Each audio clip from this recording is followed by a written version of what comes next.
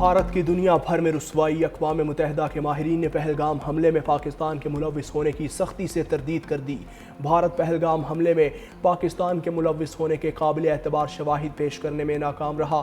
ماہرین نے آپریشن سندور کو بھی عالمی قوانین کی سنگین خلاف ورزی قرار دیا۔ بھارت نے یک طرفہ فوجی طاقت کا استعمال کر کے پاکستان کے خود مختاری اور عدم مداخلت کے اصولوں کی سنگین خلاف ورزی کی۔ بھارتی حملوں سے کئی مساجد کو نقصان پہنچا، درجنوں پاکستانی شہری جاں بحق اور زخمی ہوئے۔ بھارتی اقدامات خطے میں بڑے فوجی تصادم کا خطرہ پیدا کر سکتے ہیں۔ اگر بھارتی کارروائی کو مسلح حملہ تصور کیا جائے تو بین الاقوامی قانون کے تحت پاکستان کو بھی بھرپور دفاع کا حق حاصل ہوگا۔ اقوام متحدہ نے بھارت کو سینتاس معاہدے میں بگاڑ کا ذمہ دار قرار دے دیا۔ اقوام متحدہ ماہرین کا بھارت کی طرف سے معاہدے کو ہیلڈ ان ایبینس رکھنے کے اعلان پر بھی تشویش کا اظہار۔ پاکستان کی جانب سے معاہدے کی کسی شق کی خلاف ورزی ثابت نہیں ہو سکی۔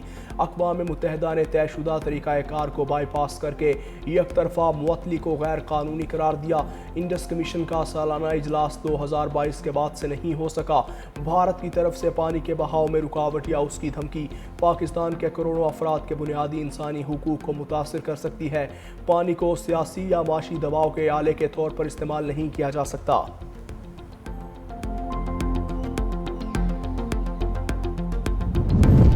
پنجاب میں قبضہ مافیا اور پلاٹس فراڈ میں ملوث افراد کے خلاف کڑی قانون سازی کی تیاریاں۔ وزیر ہاؤسنگ بلال یاسین کی صدارت میں بورڈ آف ریونیو کا اہم اجلاس۔ غیر قانونی ہاؤسنگ سکیمز اور جعلی فائل سسٹم کے خلاف عوامی شکایات کا فوری تدارک کا فیصلہ۔ صوبے بھر کے ہاؤسنگ سکیموں کی منظوری کے لیے سافٹ ویئر تیار، 90 روز میں ڈیجیٹل ریونیو ریکارڈ اور NOCs کی فراہمی کا ہدف مقرر۔ غیر قانونی تشہیر روکنے، پراپرٹی ڈیلرز کو رجسٹر کرنے اور خلاف ورزی کرنے والوں کے اکاؤنٹس اور اثاثے منجمد کرنے کی بھی سفارش کر دی گئی۔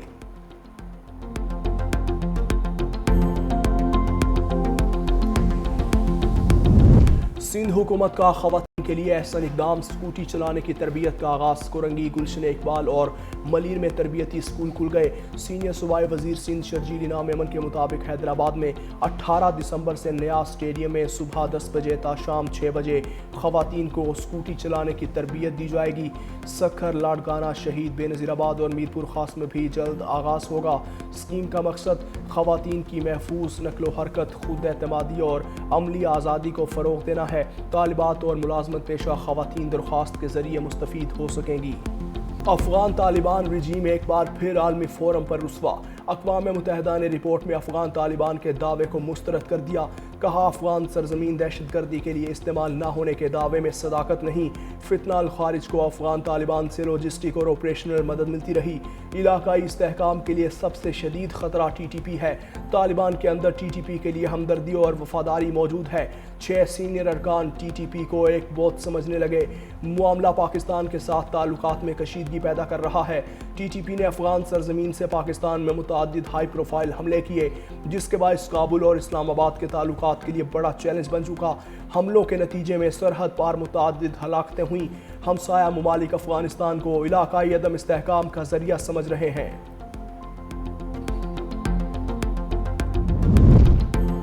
مسلم ڈاکٹر خاتون کا زبردستی نقاب اتارنے کا واقعہ، ہندوستانی معاشرے کا ایک اور بھیانک روپ سامنے آ گیا۔ دنیا بھر سے ذلت اور رسوائی سمیٹنے پر رتی بھر شرمساری نہیں۔ بھارتی وزیر گری راج سنگھ کی بھی گری حرکت۔ وزیر اعلیٰ بہار نتیش کمار کا کھل کر دفاع، اقدام کو درست قرار دے دیا۔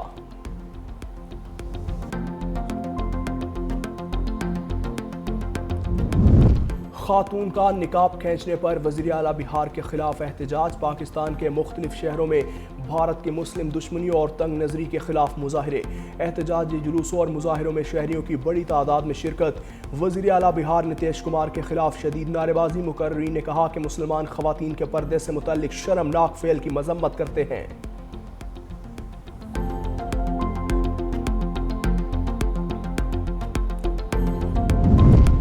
مارکہ حق میں پاکستان کے ہاتھوں رافیل طیاروں کی تباہی۔ بھارت نئے مہنگے عسکری ساز و سامان کی خریداری کا خواہش مند۔ بھارتی حکومت کا مالی سال 2026-27 کے بجٹ میں 20 سے 25% تک دفاعی شعبے میں اضافے پر غور۔ بھارت کا بڑھتا دفاعی بجٹ خطے میں عدم توازن کا باعث بننے لگا۔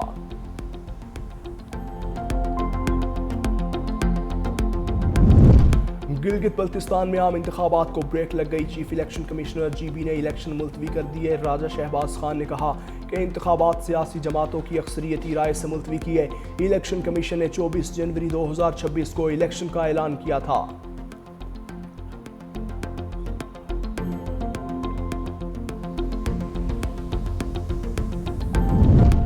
زمینوں پر قبضے کی کسی صورت اجازت نہیں دیں گے، وزیر اعلیٰ سندھ کا دو ٹوک اعلان۔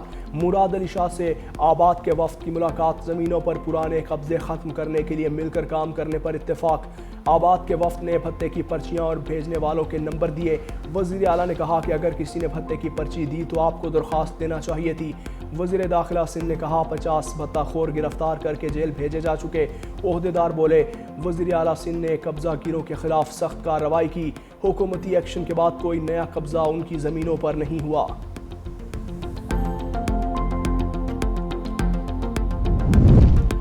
حکومت سندھ کا اسکولوں کی سولرائزیشن کا بڑا فیصلہ۔ سندھ بھر کے سرکاری اسکولوں میں سولر سسٹم لگانے کی تیاری۔ ڈی ای اوز اور ایگزیکٹو انجینئرز کو فوری سروے کر کے 3 دن میں تفصیلات ارسال کرنے کی ہدایت کر دی گئی۔ توانائی بحران سے نمٹنے کے لیے ہنگامی اقدامات شروع کر دیے۔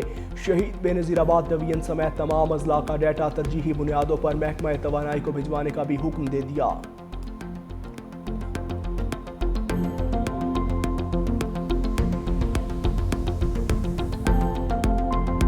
بادلوں کی خشک سردی ختم کرنے کے لیے پلاننگ۔ ملک کے بیشتر اضلاع میں بارش اور برف باری کی پیش گوئی۔ راولپنڈی، مری گلیات، پوٹوہار ریجن میں بارش اور برف باری کا امکان۔ پنجاب کے پہاڑی علاقوں میں گرج چمک کے ساتھ بارش اور برف باری کے امکانات۔ لاہور، شیخوپورہ، سرگودھا، خوشاب اور فیصل آباد میں ہلکی بارش متوقع۔ بارشوں کے باعث دھند اور اسموگ کی صورتحال میں کمی واقع ہوگی۔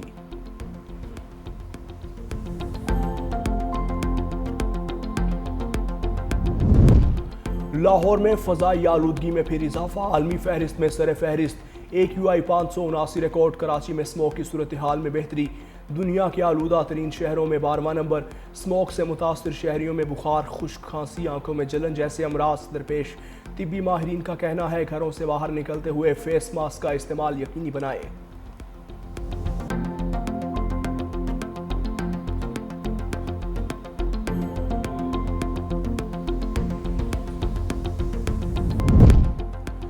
غزہ میں اسرائیلی جنگی جرائم کی تحقیقات۔ امریکہ نے عالمی عدالت کے ججوں پر پابندی لگا دی۔ امریکی وزیر خارجہ روبیو کہتے ہیں ججز نے اسرائیل کی رضامندی کے بغیر اسرائیلی شہریوں کی تحقیقات، گرفتاری، حراست یا ان کے خلاف مقدمہ چلانے کے لیے ICC کی کوششوں میں براہ راست مداخلت کی۔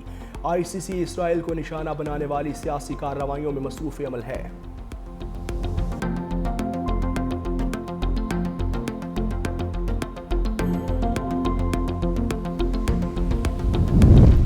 چین وینزویلا کی حمایت میں کھل کر سامنے آ گیا۔ وزیر خارجہ وانگ یی کا وینزویلا کے ہم منصب سے ٹیلی فونک رابطہ۔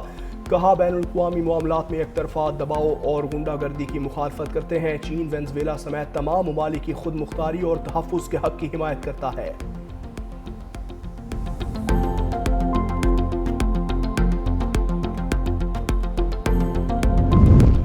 جرمن حکومت کا پاکستان میں موجود 535 افغان شہریوں کو جرمنی منتقل کرنے کا فیصلہ۔ جرمن حکومت نے افغان طالبان کے اقتدار سنبھالنے کے بعد افغان شہریوں کے جرمنی میں پناہ کے لیے اسکیم متعارف کروائی تھی۔ جرمن وزیر داخلہ کا کہنا ہے اس بارے میں پاکستانی حکام سے رابطے میں ہے۔ ہو سکتا ہے کہ کچھ ایسے معاملات ہوں جن پر نئے سال میں کام کرنا پڑے۔